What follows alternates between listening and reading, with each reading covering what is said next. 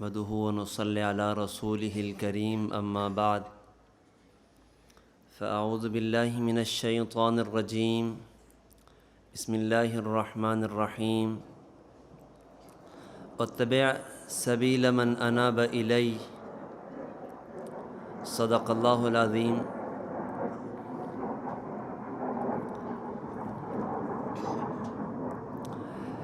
گر ہوائے این سفر داری دلا دامن رہبر بگیرد پس بیا بے رفیقی ہر کے شد در راہ عشق عمر بگذشت و نہ شود آگاہ عشق۔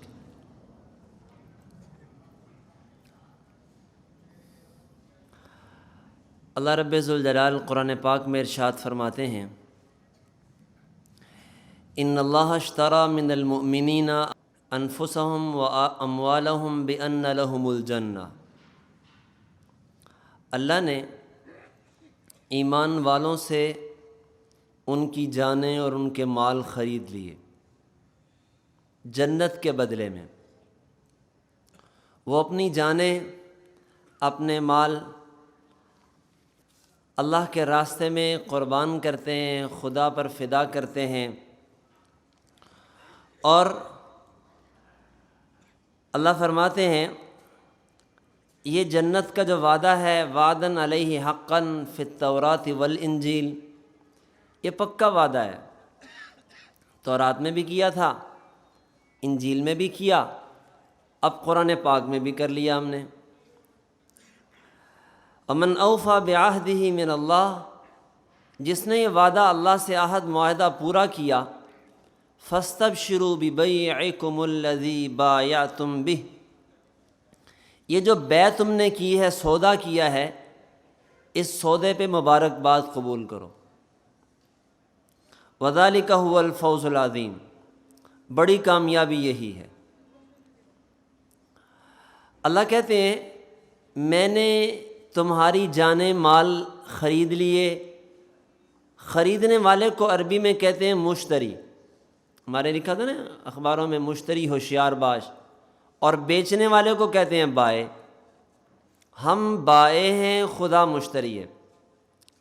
اس سودے کو جو ہم نے اپنی جانیں دی ہیں اور اس کے بدلے میں جنت لی ہے، اسے کہتے ہیں عربی میں بیع۔ باع یبیع بیعا و بیعۃ، بیچنا، بیع بیعت مصدر ہیں، معنی ہوتا ہے بیچنا۔ ہم بیچنے والے، خدا خریدار ہے۔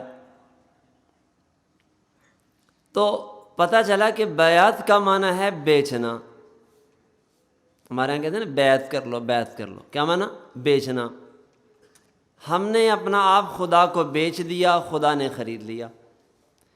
عہد یہ کیا ہم نے، یہ سودے میں معاہدہ یہ ہوا کہ ہم اپنی جانیں خدا کے حوالے کریں گے، خدا بدلے میں جنت دے گا۔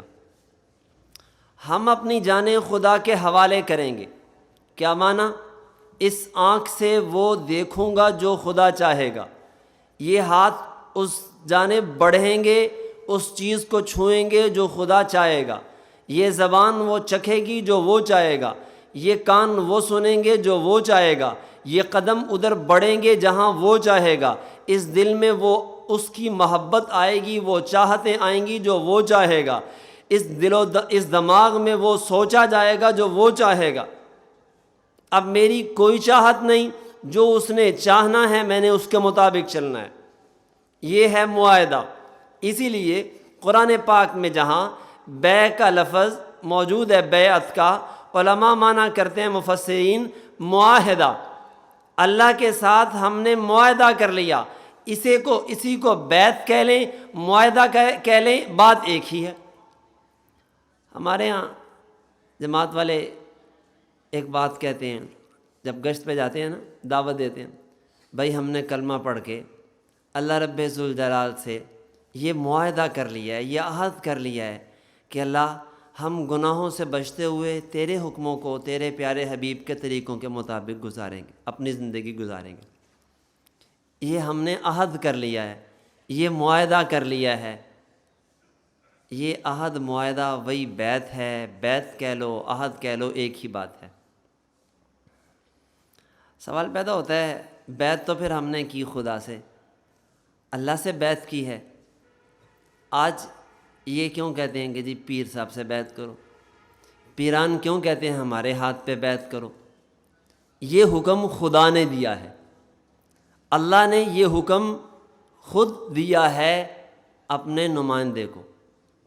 خدا کا نمائندہ مصطفیٰ، تو مصطفیٰ صلی اللہ علیہ وسلم نمائندہ خدا نے کو اللہ نے یہ حکم دیا کہ آپ میرے نمائندے ہیں، میری طرف سے آپ بیعت کریں۔ چنانچہ مولانا نواز صاحب صبح کے بیان میں بڑی تفصیل سے سنا چکے ہیں، قرآن پاک کی آیتیں بھی اور جناب رسول اللہ صلی اللہ علیہ وسلم کی احادیث مبارکہ بھی۔ اب میں ان تفصیلات میں نہیں جانا چاہتا، ان باتوں کو نہیں دہرانا چاہتا۔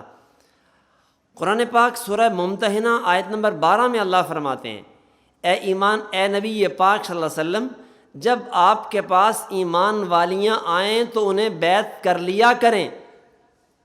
فبایعہن، جب وہ آئیں آپ کے پاس بیعت کرنے تو بیعت کیا کریں۔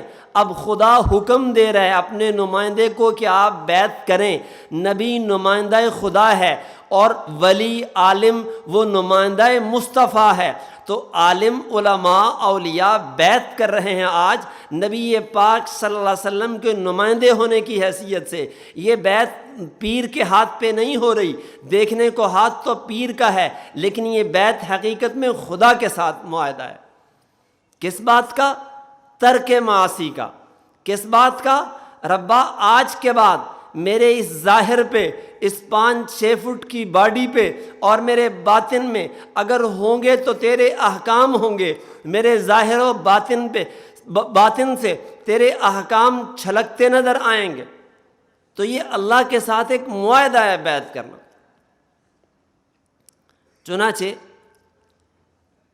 جناب رسول اللہ صلی اللہ علیہ وسلم نے صحابہ سے وہی باتیں کہلوائیں جو باتیں قرآن میں اللہ نے نبی پاک کو حکم دیا تھا کہ آپ یہ باتیں، ان باتوں کا عہد لیں ان مومنہ عورتوں سے۔ چنانچہ جو الفاظ سورہ ممتحنہ میں ہیں، بخاری کی روایت میں وہی الفاظ جناب رسول اللہ صلی اللہ علیہ وسلم نے مردوں سے لیے۔ جیسے مولانا فرما رہے تھے کہ عورتوں کی بیعت کا ذکر قرآن میں ہے، مردوں کی بیعت کا ذکر بخاری میں ہے۔ آج لوگ کہتے ہیں بیعت کہاں سے آ گئی؟ بھائی قرآن سے آ گئی، صحیح بخاری سے آ گئی۔ تو جناب رسول اللہ صلی اللہ علیہ وسلم بیعت کر رہے ہیں۔ اب مولانا فرما رہے تھے کہ یہ بیعت اسلام نہیں۔ کیوں؟ یہ پہلے مسلمان ہیں، یہ بیعت جہاد نہیں، ان کلمات میں کہیں جہاد کا ذکر نہیں۔ یہ بیعت ہے تو بیعت طریقت، بیعت تصوف ہے۔ کس بات کی؟ گناہوں کو چھوڑنے کی، طاعات پہ پابند رہنے کی بیعت ہے۔ اللہ ہم اس کے مطابق زندگی گزاریں گے۔ چنانچہ جناب رسول اللہ صلی اللہ علیہ وسلم، عوف ابن مالک اشجعی کہتے ہیں، ہم 6-7-8 لوگ تھے، بارگاہ رسالت میں حاضر ہوئے۔ آپ علیہ السلام نے فرمایا بایعونی، بیعت کرو میری۔ کہنے لگے قد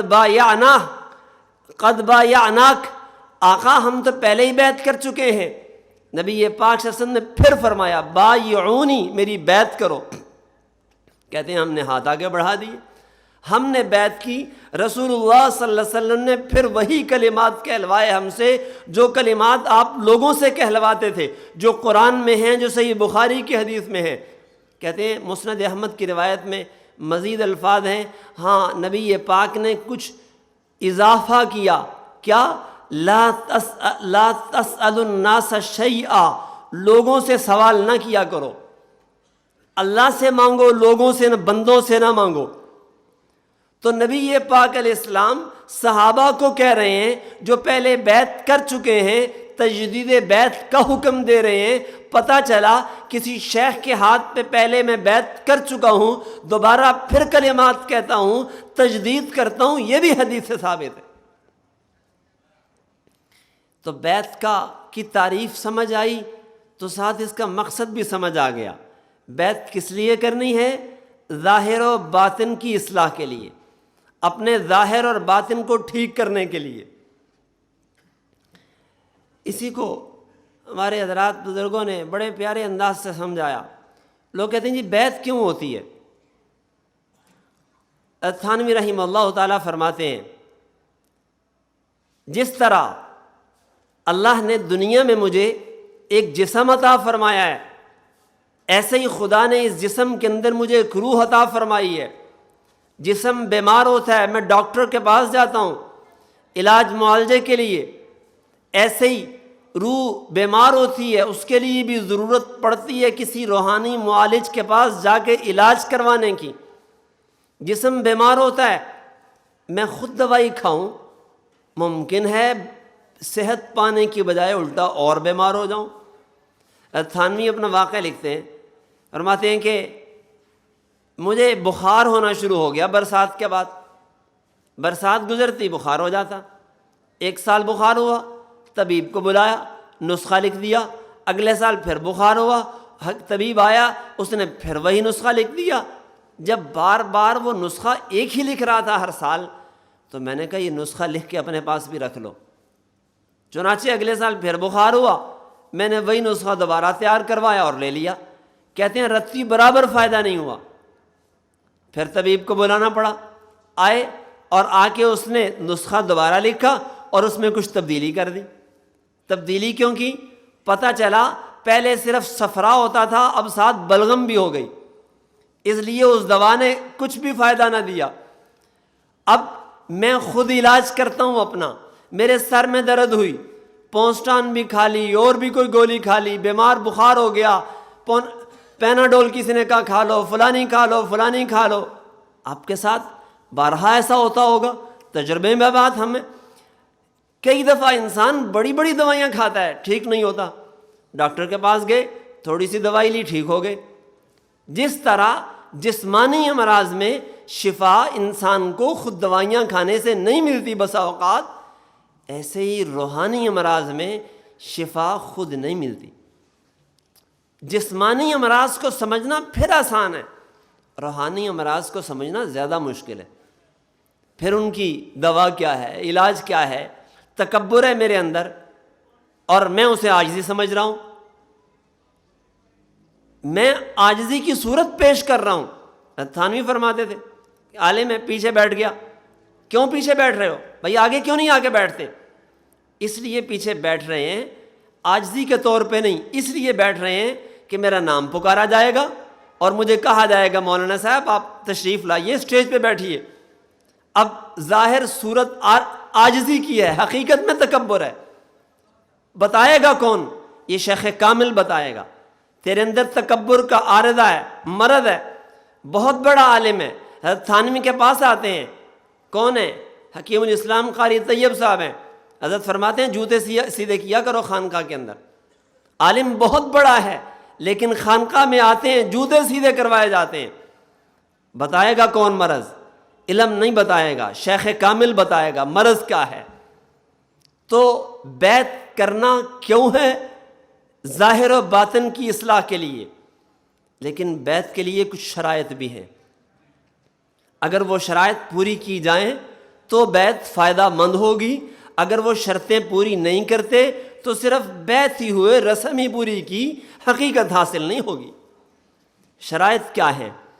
پہلی شرط یہ ہے شیخ کے ساتھ طبی مناسبت ہو۔ طبی مناسبت کیسے پتہ چلے گی؟ مشائخ فرماتے ہیں آنا جانا رکھیں، ان کے ساتھ ان کے پاس آنا جانا شروع کر دیں۔ اگر ان کی تعلیم و تربیت سے فائدہ اور مناسبت معلوم ہو، اعراض اور انقباض پیدا نہ ہو، اب بیعت کرو۔ بیعت کس لیے؟ اصلاح کے لیے۔ لیکن بیعت کر لی، کیوں؟ بہت بڑے بزرگ آئے ہیں جی جناب، آج تو بہت بڑے پیر صاحب ہیں، ان کے ہاتھ پہ تو ضرور بیعت کرنی ہے، لیکن مناسبت تھی نہیں۔ اب بیعت کر لی، سالہ سال گزر گئے، فائدہ کچھ بھی نہیں ہوا، آ بھی رہے ہیں بیٹھ بھی رہے ہیں، فائدہ نہیں ہو رہا۔ کیوں؟ مناسبت نہیں تھی۔ تو سب سے پہلی چیز مناسبت تلاش کرو، اگر مناسبت پیدا ہو جائے اب بیعت کرو۔ بیعت کس لیے ہے؟ اصلاح کے لیے۔ اس پہ ایک واقعہ یاد آیا، میں لاہور چڑیا گھر خانقاہ امدادیہ اشرفیہ میں بیٹھا تھا، حضرت اقدس حضرت مولانا شاہ برار الحق رحمہ اللہ تعالیٰ، حضرت تھانوی رحمہ اللہ تعالیٰ کے اجل خلفاء میں سے تھے، تشریف فرما تھے۔ گوجرانوالہ کے ایک بڑے عالم آئے، بزرگ سفید ریش، مدرسے کے بڑے استاد، مدرسے کے محتمم، تشریف لائے، بیٹھے، حضرت بیعت ہونے آیا ہوں۔ حضرت برار الحق شاہ صاحب رحمہ اللہ تعالیٰ نے پوچھا کہ مولانا آپ یہ بتائیں بیعت ضروری ہے کہ اصلاح ضروری ہے؟ کہا جی اصلاح ضروری ہے۔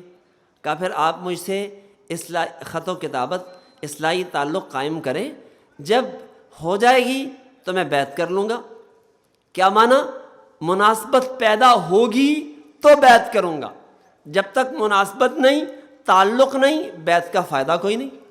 تو پہلی چیز شرط یہ ہے کہ شیخ اور اس مرید کو اس شیخ سے مناسبت بھی ہو۔ دوسری چیز، اپنے شیخ سے عقیدت اور محبت بھی ہو۔ صرف مناسبت بھی کافی نہیں، مناسبت تو ہے لیکن شیخ کے ساتھ محبت نہیں ہے، عقیدت نہیں ہے، پیار کا تعلق نہیں ہے۔ عقیدت سے بھی زیادہ محبت شرط ہے، عقلی بھی طبی بھی۔ جب عقلی ہوتی ہے تو طبی رفتہ رفتہ خود پیدا ہو جاتی ہے۔ تو محبت بھی ہو شیخ کے ساتھ، اور ان پر اعتماد بھی ہو، بھروسہ بھی ہو۔ میرا شیخ کامل ہے، مجھے جو بتائے گا ٹھیک بتائے گا، میں ان کے پیچھے چلوں گا، مجھے فائدہ پورا ہوگا۔ تو اعتماد بھی ہو۔ اور چوتھی شرط یہ ہے، اپنی ظاہر و باطن کی شیخ کو اطلاع بھی کرتے رہے، احوال ظاہر و باطن کی شیخ کو اطلاع بھی کرتا رہے، بتائے میرا ظاہر ایسا ہے، میں نماز میں سستی کرتا ہوں، میں داڑھی اپنی نیچے موڑ کے رکھتا ہوں، میں کاٹتا ہوں تھوڑی سی، ظاہر میں جو خامیاں کمیاں کوتاہیاں بتائے، اور یہ بھی بتائے کہ باطن میں میرے حسد ہے، کبر ہے، غصہ ہے، جو بھی باطنی کیفیات ہیں سب شیخ کے سامنے رکھے۔ اور پھر اسی پہ اکتفا نہیں، شیخ کی طرف سے جو ہدایات ملے، جو تجویز ملے، اس رہنمائی پہ پورے طور پہ عمل بھی کرے۔ اگر عمل نہیں کرے گا پھر بھی فائدہ نہیں۔ شیخ کو تو باقاعدگی سے خط لکھتے ہیں، اپنے احوال بھی بتاتے ہیں، لیکن شیخ جو تجویز کرتے ہیں اس پہ عمل نہیں کرتے۔ اگر یہ نسخے پہ ان شرائط کے ساتھ عمل کر لیا، اب یہ نسخہ تیر بہدف ہے، فائدہ ضرور ہوگا۔ کیا فائدہ ہوگا؟ پہلا فائدہ یہ ہے، عقیدہ ٹھیک ہو جائے گا، اور بالخصوص ہمارے بزرگوں کی خانقاہ میں آنے سے، اس خانقاہ میں آنے سے عقیدہ سب سے پہلے ٹھیک ہوگا۔ ہندوستان کے بہت بڑے عالم تھے حضرت مولانا سید سلیمان ندوی رحمہ اللہ تعالی، علم کا بے تاج بادشاہ تھا، بہت بڑا صاحب علم، دنیا ان کے علم کا لوہا مانتی تھی، بہت بڑا مورخ ہے۔ اور یہ وہ لوگ تھے جو اس سے پہلے خانقاہ تھانہ بھون کو آپس میں باتیں بھی کیا کرتے تھے، لیکن بہرحال جب اللہ رب ذوالجلال کھینچتا ہے اپنی طرف، وہ ہمارے حضرت فرماتے تھے، سن لے اے دوست جب ایام بھلے آتے ہیں، گھات ملنے کی وہ خود آپ ہی بتلاتے ہیں۔ جب اللہ کی طرف سے کوئی آ جائے اور مقدر اچھے ہو جائیں تو پھر خود ہی میلان پیدا ہو جاتا ہے۔ اور حضرت فرماتے تھے، اگر آپ ہیں صادق اپنے اقرار محبت میں، طلب خود کر لیے جائیں گے دربار محبت میں۔ طلب میری صادق ہو، میں کہتا ہوں مجھے محبت ہے اللہ والوں سے، وہ سچی ہو، خود بلایا جاؤں گا میں۔ اور فرماتے تھے، میں آیا نہیں لایا گیا ہوں، محبت دے کے تڑپایا گیا ہوں۔ تو خیال آیا دل میں کہ کسی شیخ سے بیعت ہونا چاہیے، حضرت تھانوی کو خط لکھ دیا، حضرت میں آپ سے بیعت ہونا چاہتا ہوں۔ حضرت تھانوی رحمہ اللہ تعالیٰ کی خانقاہ میں کوئی چشم پوشی، کوئی وہ چیزیں نہیں تھیں جو عام خانقاہوں میں ہوتی ہیں، یا دوسرے لوگوں کے ہاں ہوتی ہیں. یہاں تو عقیدہ ٹھوک بجا کے بیان کیا جاتا ہے. چنانچہ حضرت نے جوابی خط میں لکھا، میں تجھ جیسے ملحد اور زندیق کو بیعت نہیں کرتا. جب اتنے سخت الفاظ پڑھے تو اب اتنا بڑا آدمی ہے، ہم ہوتے اور کوئی ہوتا، اچھا مجھے ملحد کہا، زندیق کہا، غصے میں آ جاتے اور لیکن وہ لوگ سچے مخلص لوگ تھے.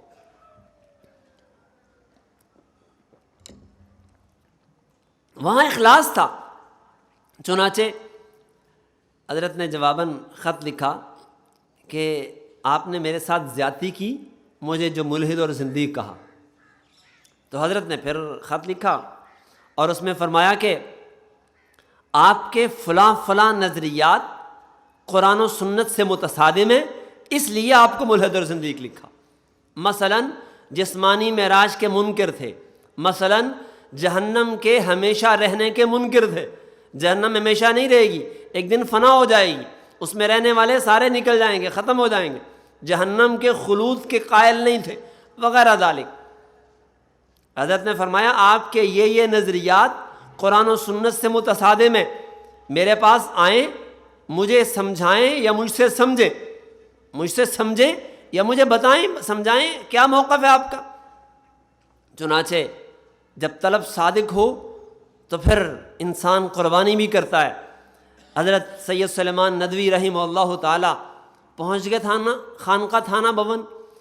تھانوی رحمہ اللہ تعالیٰ سے لمبی نشست ہوئی اور اپنی باتوں کا اظہار کیا اور حضرت نے ان پہ دلائل دیے. حضرت سید سلیمان ندوی نے 14 دلائل دیے تھے جہنم کے ختم ہو جانے کے. حضرت نے سب توڑے باری باری کر کے اور سمجھایا، قائل کیا، قائل ہوئے اور اس کے بعد حضرت کے ہاتھ پہ بیعت ہوئے. اور حضرت نے اس شرط پہ بیعت کیا، بیعت اس شرط پہ کرتا ہوں، ابھی جاؤ گے اپنے ماہنامہ رسالے معارف میں توبہ لکھو گے اپنی اور بتاؤ گے کہ یہ میرے نظریات قرآن و سنت سے متصادم تھے، میں ان سب سے توبہ کرتا ہوں، رجوع کرتا ہوں اور آئندہ ایڈیشن میں ان کو تبدیل کرو گے.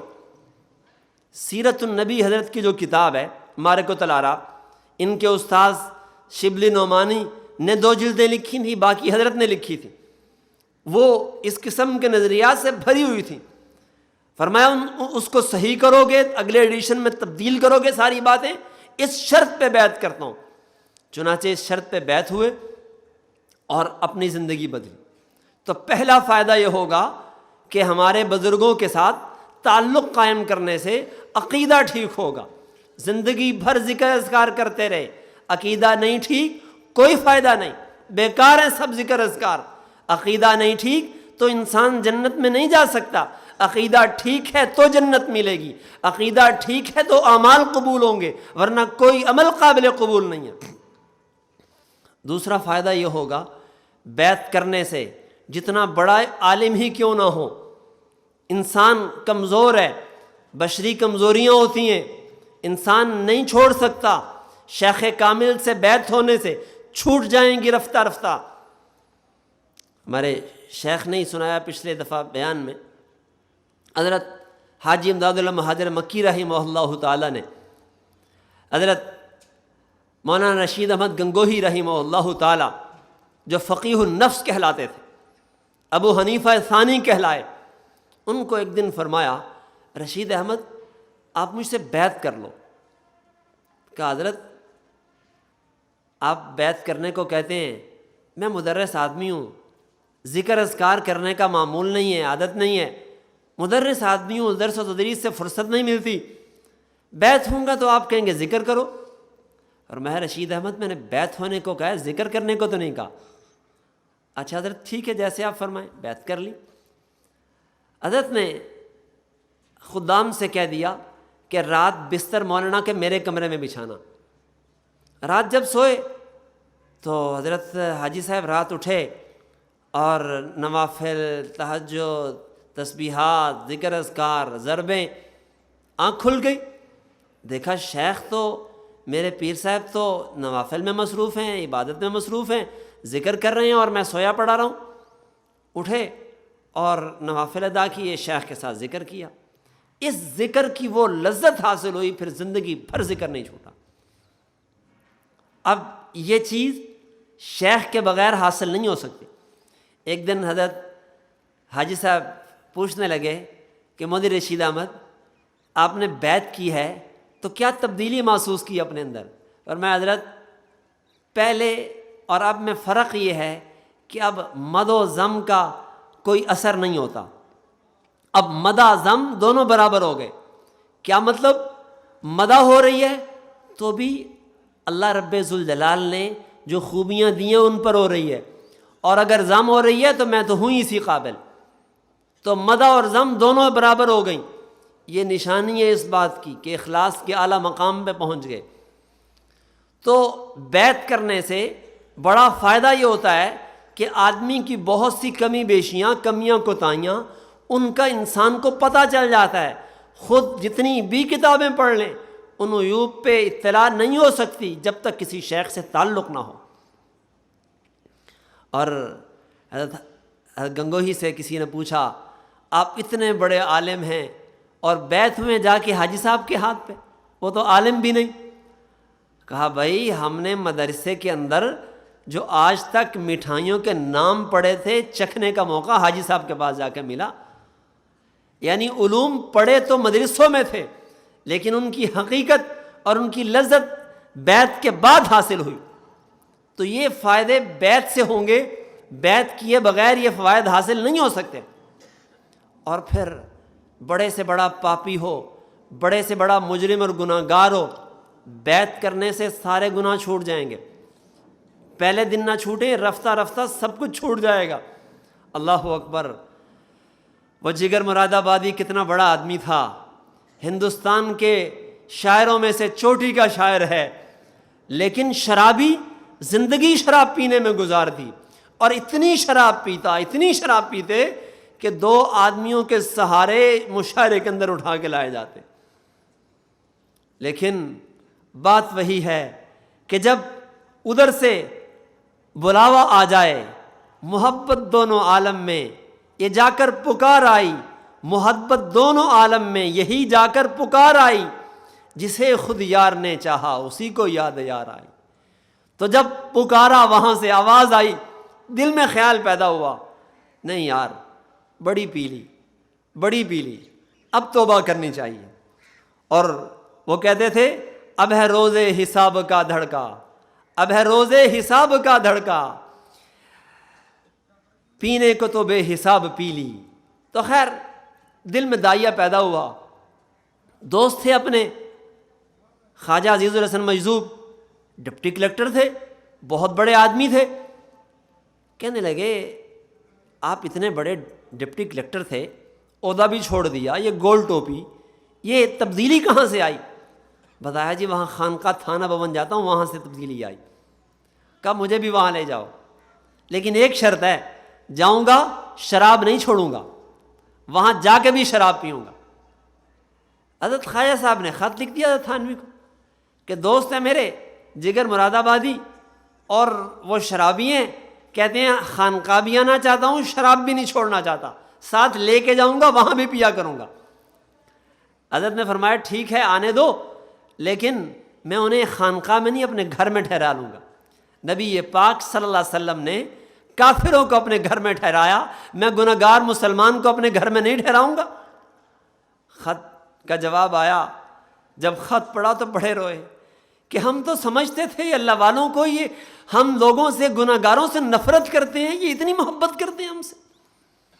فوراً تیار ہو گئے، حضرت تھانوی کی خانقاہ میں پہنچے اور حضرت کے ہاتھ پہ بیعت ہوئے، توبہ طائب ہوئے اور حضرت سے دعا کی درخواست کی کہ حضرت 4 دعائیں کروانا چاہتا ہوں، 4 دعائیں کروانا چاہتا ہوں۔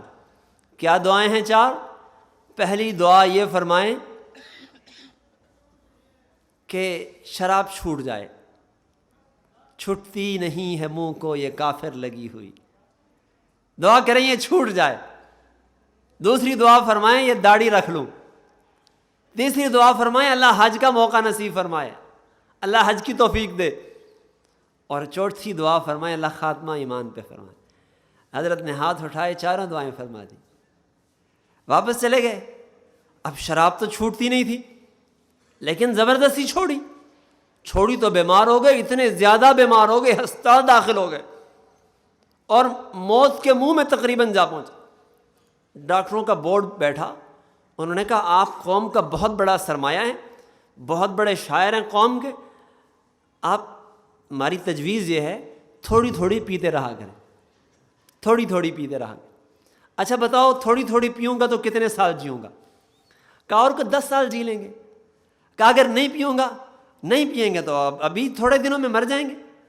کہا پینے کے بعد بھی جب 10 سال بعد مرنا ہے، خدا کو ناراض کر کے اس کے دربار میں حاضر ہونا ہے، تو اس سے مجھے یہ موت بہتر ہے۔ کم از کم توبہ کی موت تو ہے نا، کم از کم خدا کے حضور سرخرو ہو کے تو پیش ہوں گا نا۔ نہیں پیتا، مر جاؤں گا، نہیں پیوں گا آج کے بعد۔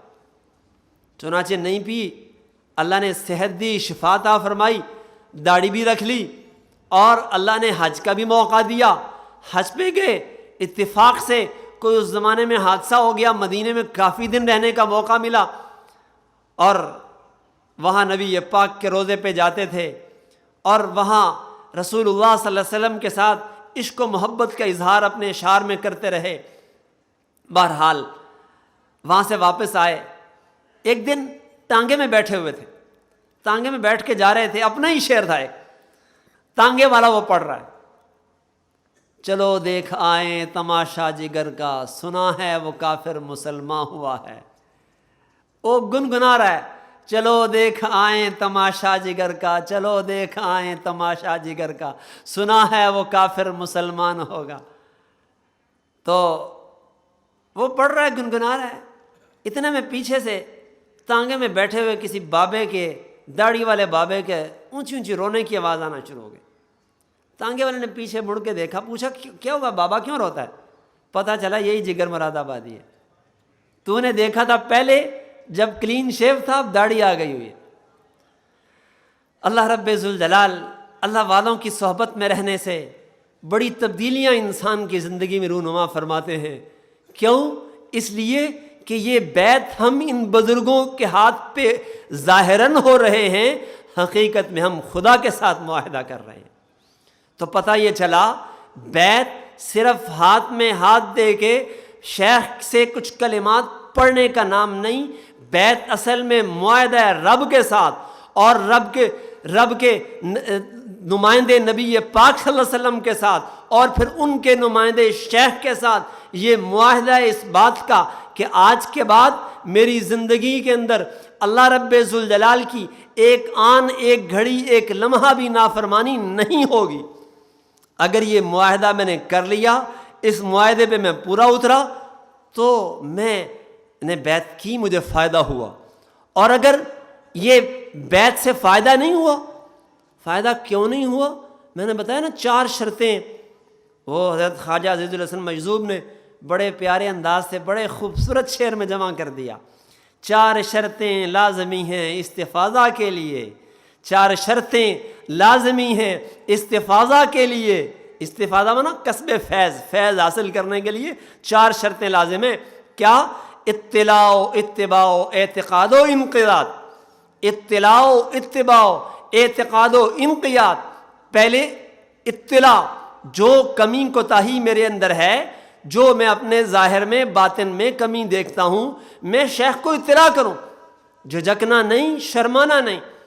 کہتے ہیں نا جو حکیم کے پاس، ڈاکٹر کے پاس شرما جائے جا کے، وہ کبھی شفا نہیں پا سکتا۔ بالکل ایسے ہی شیخ تو باپ ہے نا، باپ سے بات کرتے ہوئے کس بات کی جھجک، کیسی شرم؟